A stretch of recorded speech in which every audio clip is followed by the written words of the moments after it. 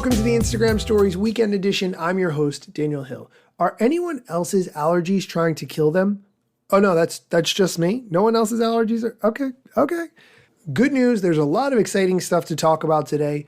First, we have some TikTok news, which I'm going to get into, and also some Snapchat news. I feel like it's been so long since I talked about Snapchat. I want to give them some play. I also want to give the CEO of TikTok as much attention as I give the head of Instagram. I feel that it's only fair in this day and age to make sure that Shou Chew gets his rightful time on this show. He was recently on a TED Talk, and he talked a lot about how the TikTok algorithm works, how he got started working with the company, and a bunch of other things. To be fair, I did not have a chance to listen to this entire interview yet because I just discovered it. But I thought that the first few minutes were so relevant, I wanted to share them with you right away. Here's a clip of the TikTok CEO, Shou Chew, talking about how the TikTok algorithm works and what makes it different. I think to describe this, to begin to answer your question, we have to talk about the mission of the company. Now, the mission is to inspire creativity and to bring joy. And I think, missions for companies like ours is really important because you have product managers working on a product every single day, and they need to have a North Star, something to sort of work towards together. Now, based on this mission, our vision is to provide three things to our users. We want to provide a window to discover, and I'll talk about discovery. You talked about this in a second.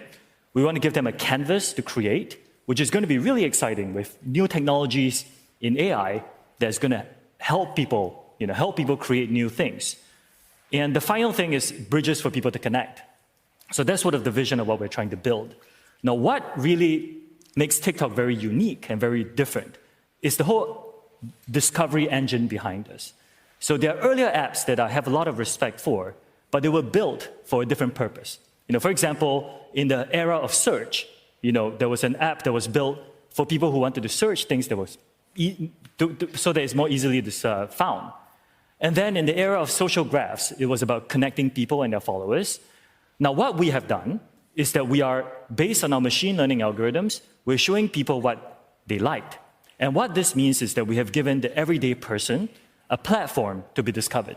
If you have talent, it is very, very easy to get discovered on TikTok. And I'll just give you one example of this. The biggest creator on TikTok is a guy called Kabi. Kabi was from Senegal. He lives in Italy. He was a factory worker. He, for the longest time, didn't even speak in any of his videos. But what he did was, he had talent. He was funny. He had a good expression. He had creativity. So he kept posting.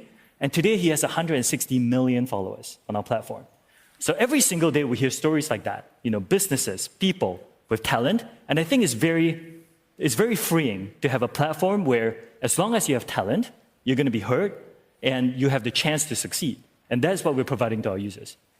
So this is the amazing thing to me. Like most of us have grown up with, say, network television, where for decades you've had thousands of brilliant, creative people toiling in the trenches, trying to imagine stuff that will be amazing for an audience, and none of them ever remotely came up with anything that looked like many of your creators.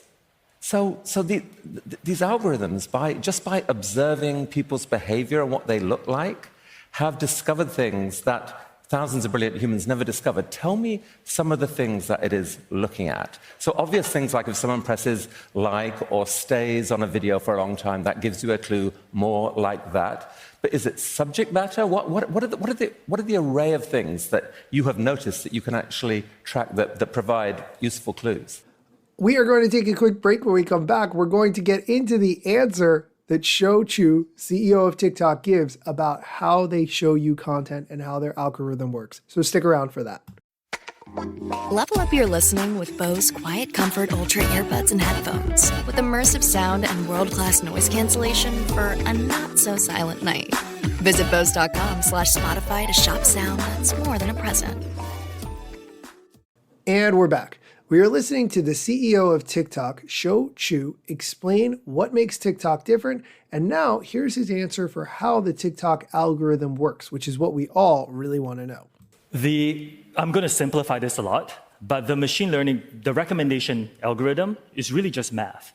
So for example, if you liked videos 1, 2, 3, and 4, and I like videos 1, 2, 3, and 5, maybe he liked videos 1, 2, 3, and 6, then what's going to happen is, because we like 1, 2, 3 at the same time, he's going to be shown 4, 5, 6, and so are we. And you can think about this repeated at scale in real time across more than 1 billion people. That's basically what it is math. And of course, AI and machine learning has allowed this to be done at a very, very big scale. And what we have seen, the result of this, is that it learns the interest signals that people exhibit very quickly and shows you content that's really relevant for you in a very quick way. Now, so it's a form of collaborative filtering from what you're saying. Yes. The theory behind it is that these humans are weird people. We don't really know what they're interested in. But if we see that one human is interested with an overlap of someone else, chances are, you can make use of the other pieces that are in that overlapped human's repertoire to feed them, and they'll be surprised. But the reason they like it is because their pal also liked it. It's pattern recognition based on your interest signals. And I think the other thing here is that we don't actually ask you 20 questions on whether you like a piece of content, what are your interests. We don't do that. We build that experience organically into the app experience. So you are voting with your thumbs, by watching a video, by swiping it, by liking it, by sharing it. You are basically exhibiting interest signals. And what it does mathematically is to take those signals, put it in a formula, and then matches it through pattern recognition. That's basically the idea behind it. Okay, that was the part I thought was really important based on what I've heard so far. We've run out of time. I don't have time for the Snapchat news. I'm going to have to do that next week. I'm going to keep listening to that podcast interview with the CEO of TikTok, Shou Chew, and if it has more gems that I think you should hear, I will share that on the show as well. In the meantime, be sure to come back on Monday for Mosseri Monday, where we talk about what the head of Instagram shared on his Ask Me Anything. There were some good questions this week. I look forward to diving into that, so be sure to come back on Monday. As always, thank you so much for listening, and I hope you do something fun this weekend. Go create some content, go do something silly, go take a class, go do something you've never done before, take some pictures, do whatever, just have fun. Thanks for listening. Instagram news got you covered, sometimes even TikTok. Relevant platforms in the metaverse ahead of the wave. Without a break or a pit stop, still waiting for Zuckerberg to give me the big job. Pause. Use trademarks and logos with Insta's permission, of course. If you like the show and gain some good info, maybe leave a review. It's a type of applause. Just drop me a message if you want to collab. If you've got some good content or you want to run ads, at Daniel Hill Media is where I am. TikTok, Facebook and Instagram.